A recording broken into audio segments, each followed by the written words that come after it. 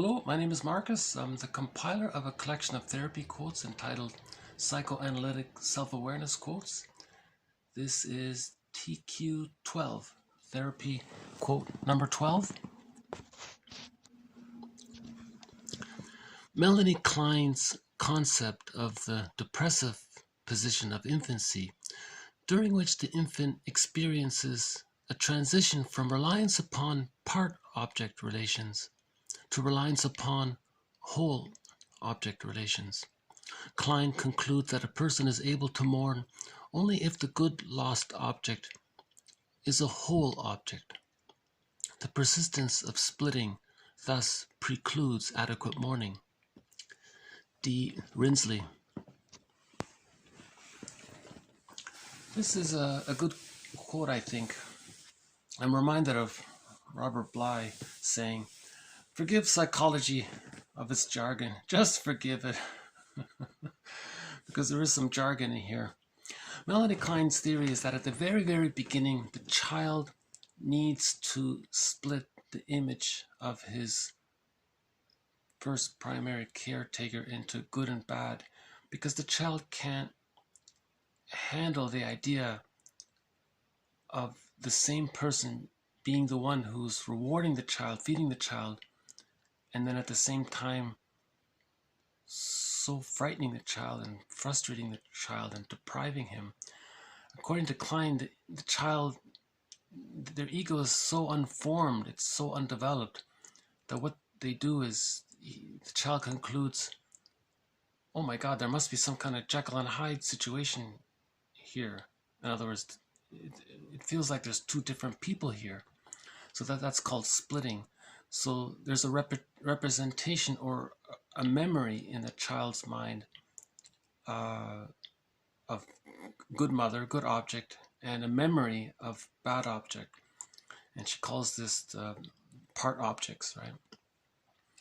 And then gradually they coalesce and come together, and we have a whole object. So the child, at least cognitively, realizes, oh, it's the same person. One mom is doing the rewarding and the withdrawing. But in the unconscious, psychically, if that splitting is still there in terms of the images, then the theory is the child will have a very hard time mourning. In other words, in order to mourn, those inner images, those inner memories, those felt experiences need to come together as a felt whole impression of the mother.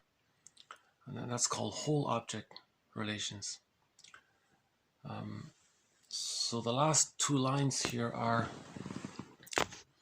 Klein concludes that the person is able to mourn only if the good lost object is a whole object. The persistence of splitting thus precludes adequate mourning. Some therapists say that, much of the problems we experience in the world is that there's not enough mourning taking place. And that the goal of therapy is to help the person mourn by building up their ego. And we do that by integrating the part objects into a whole object. And if we can get to that point, then the person can mourn. Bruce Springsteen talks about this in the introduction to one of his songs. And I thought I'd just play it if that's okay. There isn't a very clear visual of it, so I'm just mainly playing it for the audio.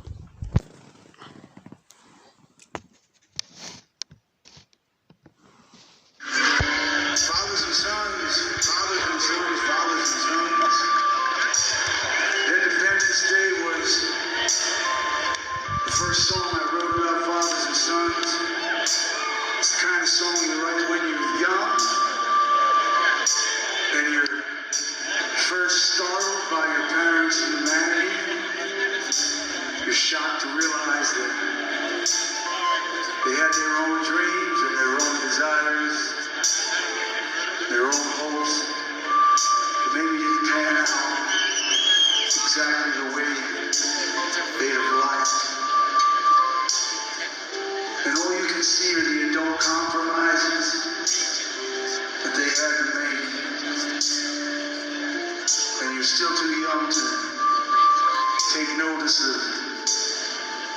blessings that some of those compromises brought. And all you can see is the world that they seem locked into. And all you can feel is her desire to escape. Well, I had a simple setting for this song. It was just a late night conversation around the kitchen table between two people struggling to understand one another.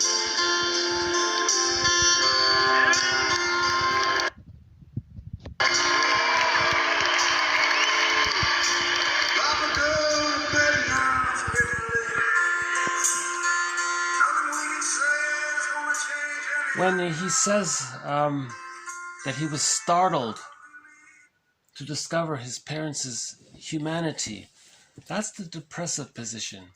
He's not idealizing the parent or completely devaluing the parent. He discovered their humanity. That's the whole object relations, right? If a person is caught in either of the other extremes, of the idealization or the complete devaluation, then mourning doesn't take place. The theory is you need to see them as a whole person in order to mourn them. Okay, so that's TQ12. Thank you. See you next time.